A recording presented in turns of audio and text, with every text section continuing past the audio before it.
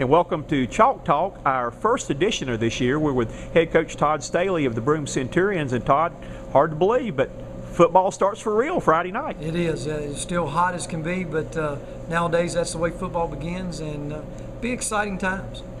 I looked at the roster the other night at the Jamboree and did not see a whole lot of familiar players from last year. Matter of fact, I think what I was looking at, majority of this team's pretty much underclassmen, aren't they? There are a lot of underclassmen. We've got 13 seniors.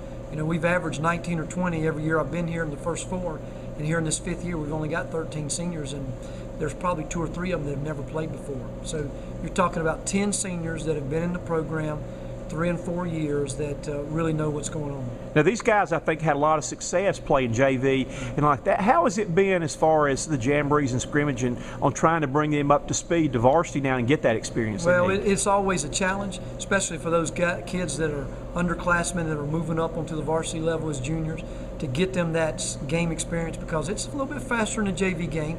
They're bigger and they're stronger and they're faster, and it's something they've got to get acclimated to. But you know, I think we've done well in the scrimmages and the Jamborees. We've lost both Jamborees 21-14, 21-13, but we've gotten better each time. I thought we played really well last Friday against South Point, other than a couple of plays on special teams. Again, you had some outstanding seniors that have been with you for a while, team leaders. Who will be some names that we call a lot this year on the broadcast? Well, the depth of our seniors is on our lines, our offensive and defensive line. And I'll start with our offensive line, where we've got Daniel Yergin, who's returning as a tight end. You'll see him in the backfield a lot. That kind of H-back set they use in the pros and colleges.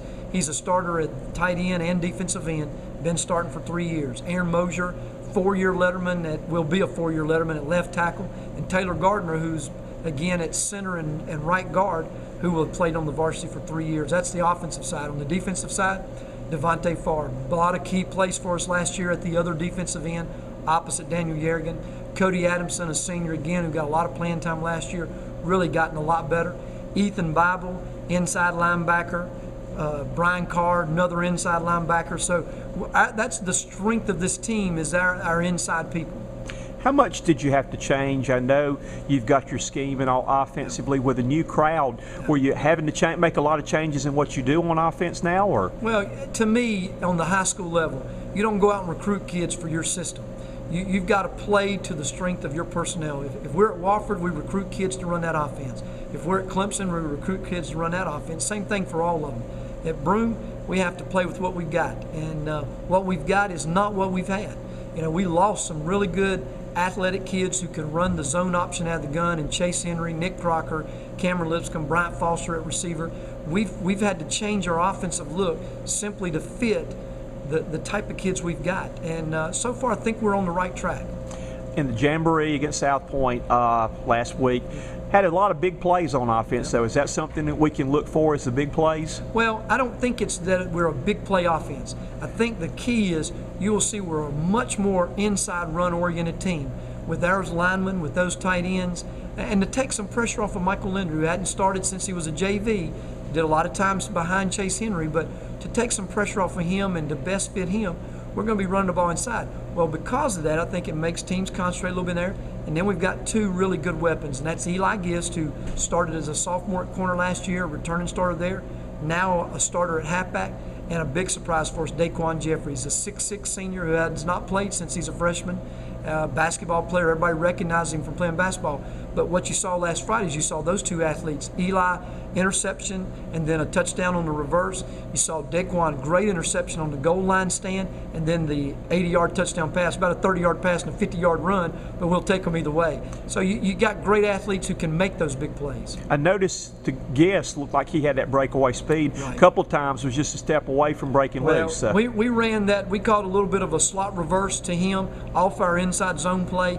We ran it 4 times, and 3 times it went for 15 yards or more, and of course one of those for a touchdown. So he's exciting. He is a true 4-5 runner. He can break it away if he gets into the open field. You mentioned that the game the other night, unfortunately, you only gave up 1 touchdown of a drive, but you had a couple with special teams. You've got a lot of new people on special teams this year, too, don't you? A lot of youth on special teams. We've lost our kicker and our punter from last year. Adam Hodge has graduated. The thing we got is Sam Cheshire, who did some kicking for us last year. We've moved him also to punter because he's got a strong live leg. But what we've had to do is, as a soccer player, he just don't feel comfortable like a normal punter would be, catching the ball 2 steps and punting straight away. So I've came up with a little bit of scheme to kind of use his soccer ability in a rugby style kick. And so we're working on that. We've seen him in practice booted over 50 yards. And with high hang time and a lot of length, he don't catch it every time, but when he does, you'll know it. Now, I know Lou Holtz would be happy with the rugby-style kick right there. Exactly. That I've seen that a little bit right there too, though. Defensively this year, talk a little bit about the defense. Yeah, defense we've had to change as well. The thing that caught us off guard last year, Coach, was that we'd been a 3-5 team ever since we had stepped on campus. We had played in a region that was spread. Everybody threw the ball. Woodruff, Chesney, Carolina, everybody was a spread team. And then we went into a region last year where the only spread team was Woodruff. And 3-5s, really, you got a lot of those little kids back there who can run down the pass, who can get into zones. But when people lined up double tight against us, they had an advantage of blowing us off the ball. So, again, our personnel has made us changes. We don't have a lot of those types of players in the 3-5. We've got a bunch of down linemen, a bunch of inside people. So we've changed the defense more to a 4-man front and even some 5-man front. Last week in the Jamboree, South Point, very talented team. Sure. I know they're young too, though. But how did you feel like you progressed against them? It's a good ball game as far as. I really thought we came out and really started well. I mean, we kicked off to them. We made good tackles then on the kickoff. Our defense goes in and gets a turnover. Our offense goes in and takes advantage of the turnover, which is a big key, especially on that side of the field. We moved the ball down and score. And you can tell our kids, they'd been told all week how they were going to get blown out. You know, how South Point, defending state 3A runner-up, that's where Clowney played. Everybody was telling our kids, oh, you don't stand a chance. And here they go down and score.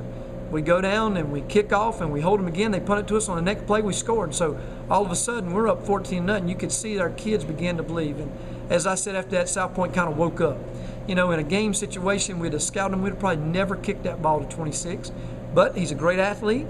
And he made some plays out there in the open field, and we got to do a better job of tackling in the open field. And I think sometimes that's when the weaknesses shows up out there in that open field.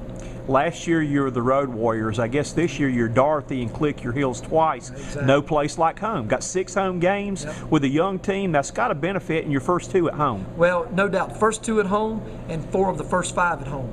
And so that's really advantage to us in the preseason or the first part of the season that's all non-region, is that we get to stay right here. Hopefully we will grow and develop before we get into that region play playing at home.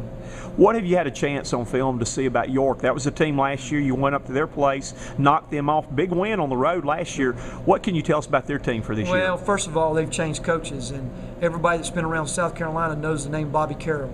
For years, he's a defensive coordinator for Coach Wallace at Northwestern when they competed and won state championships.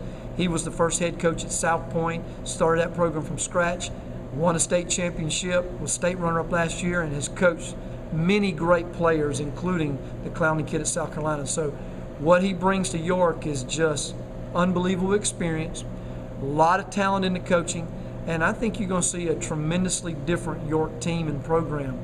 They're going to be a lot more aggressive on defense.